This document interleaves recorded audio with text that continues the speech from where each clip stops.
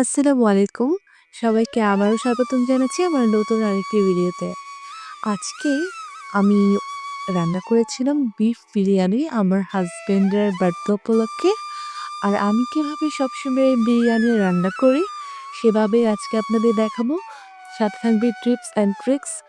আর চলুন কথা না বাড়িয়ে ভিডিওটা শুরু করা যাক। তো আমি একটি হাঁড়িতে বেরেস্তা ভেজেছিলাম সেই একই তেলে গোটা কিছু গরম মসলা দিয়ে নিলাম।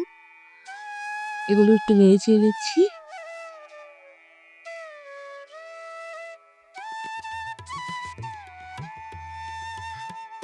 গরম মসলার মধ্যে দিয়েছিলাম একটি বড় কালো এলাচ আর ছোট ৪-৫টা এলাচ, লবঙ্গ, দারচিনি দিইনি আর কাবাব চিনি।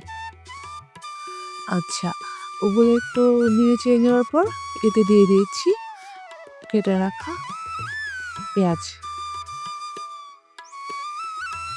পেঁয়াজগুলো একটু ভালো মতো নেড়ে চেড়ে নিব।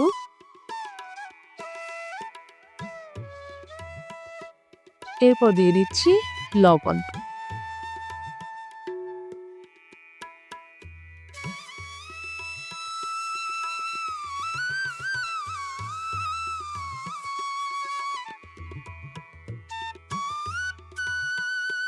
লবণটা আগে দিলে পেঁয়াজটা সফট হতে সহায়তা করে।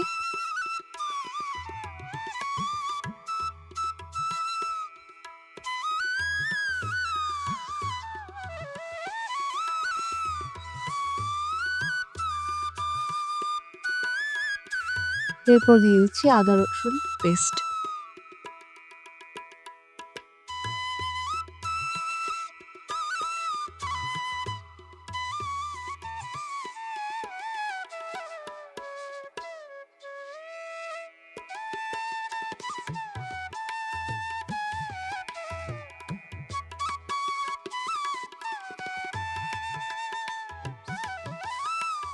এরপর দিয়ে দিচ্ছি এখানে কাঠবাদাম আর পেঁয়াজ বাটা একসাথে ব্লেন্ড করা, সেটা দিয়ে দিলাম।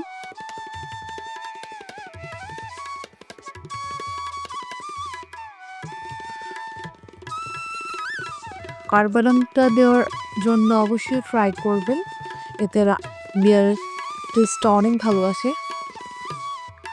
কাঠবাদাম না থাকলে চীনাবাদাম দিলেও হবে।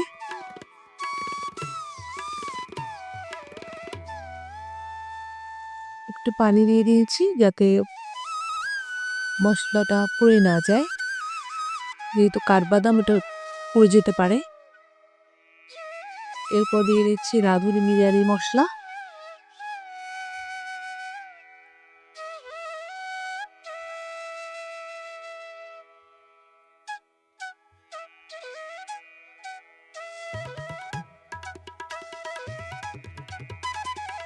ভালো মতো নিয়ে নিতে হবে, নাহলে লেগে দিতে পারে নিচে।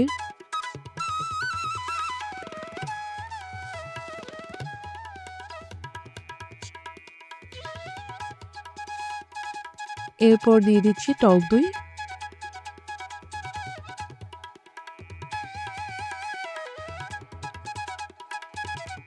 বিরিয়ানিতে টক দই এবং বাদাম বাটাটা মাস্ট ট্রাই করবেন দেওয়ার জন্য। এতে বিরিয়ানিটা খেতে অসম্ভব মজা লাগে।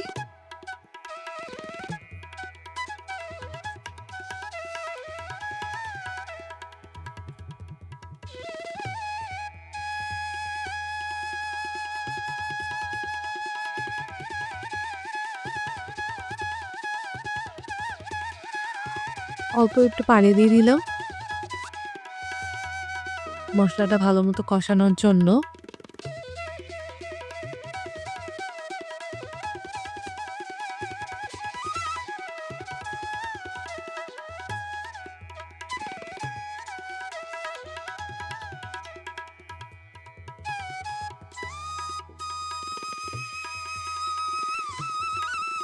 এরপর এখানে অ্যাড করে দিলাম গরুর মাংস।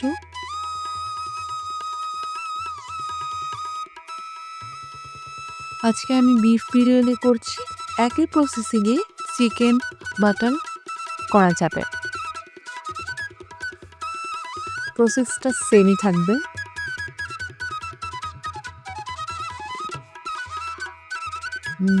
শুধু চিকেন করলে চিকেনটা ভেজে নিবেন। আর আমি এটা এখন প্রেসার কুকারে করছি, পরে আমি এটা অন্য হাঁড়িতে রান্না করব যখন রাইস দিব। প্রেসার কুকারে রান্না করছি কারণ যাতে মাংসটা তাড়াতাড়ি সফট হয়ে যায়, নাহলে সময় অনেক বেশি লাগে গরুর মাংস সিদ্ধ হতে। তো ঢেকে দিলাম।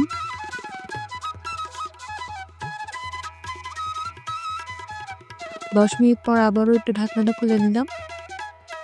মাংস থেকে অনেকটা পানি বের হয়েছে। সবকিছু ভালো মতো নেড়ে নিচ্ছি।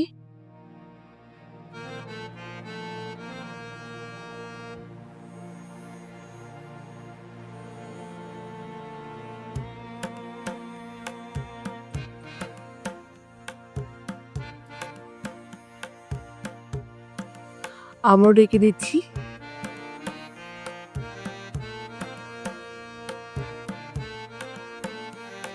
কিছুক্ষণ পর আবারও ঢাকনাটা খুলে দিলাম।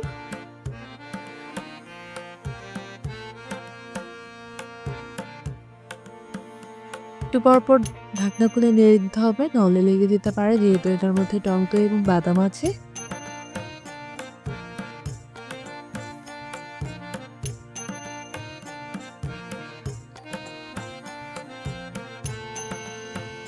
এরপর আমি আগে কেটে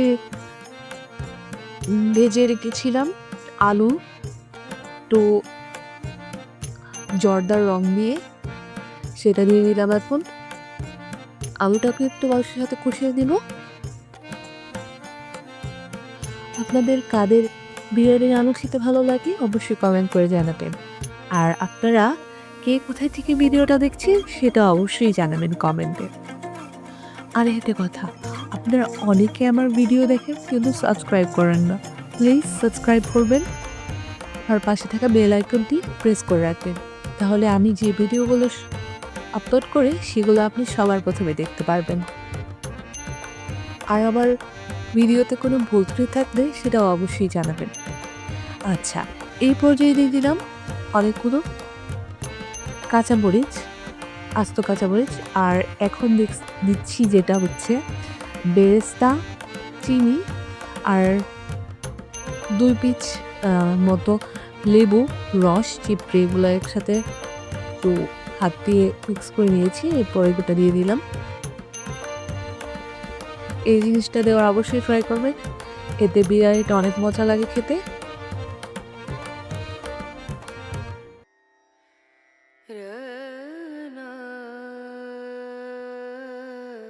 এখন অল্প একটু পানি দিয়ে নিয়েছি যাতে মাংসটা ভালো মতো সিদ্ধ হয়। এখন আমি এখানে 5-6টা সিটি দিয়ে নিব। এই তো মাংস রান্না শেষ, কমপ্লিট। দেখতে পাচ্ছেন কত সুন্দর একটা কালার এসেছে, দেখে তো এখনই খেতে মন চাচ্ছে। যাই হোক, ভালো মতো একটু নেড়ে দিলাম।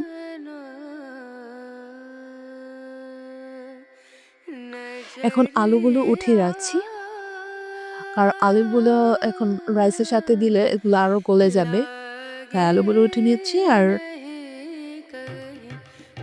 মাংসের সাথে রাইসটা এখন মিক্স করে দিব। এরপর একটা অন্য হাঁড়িতে ঢেলে দিব।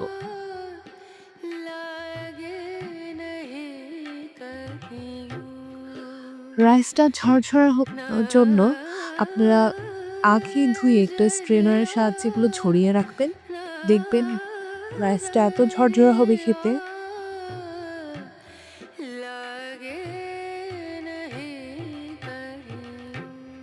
আমি রাইসটা আগেই ধুয়ে স্ট্রেনারে পানিগুলো ঝরতে দিয়েছিলাম। এরপর মাংসের সাথে মিক্স করে দিচ্ছি। এখন কিছুক্ষণ সময় নিয়ে মাংসের সাথে ভালো মতো চালটা মিশাতে হবে। এরপর দিয়ে দিচ্ছি পরিমাণ মতো পানি।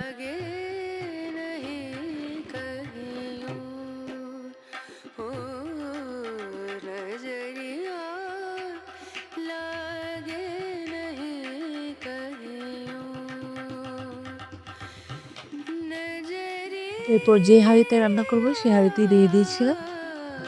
এটা অলমোস্ট বলক চলে এসেছে। একটু নেড়ে নিব।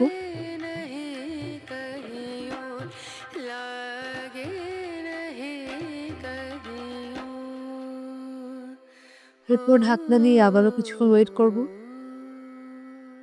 পানিটা অলমোস্ট শুকিয়ে এসেছে।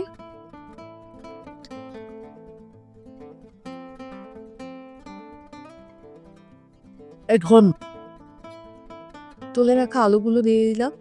আমি আগে লবণটা চেক করে দিয়েছিলাম, আবার লবণ দিয়েছিলাম একটু।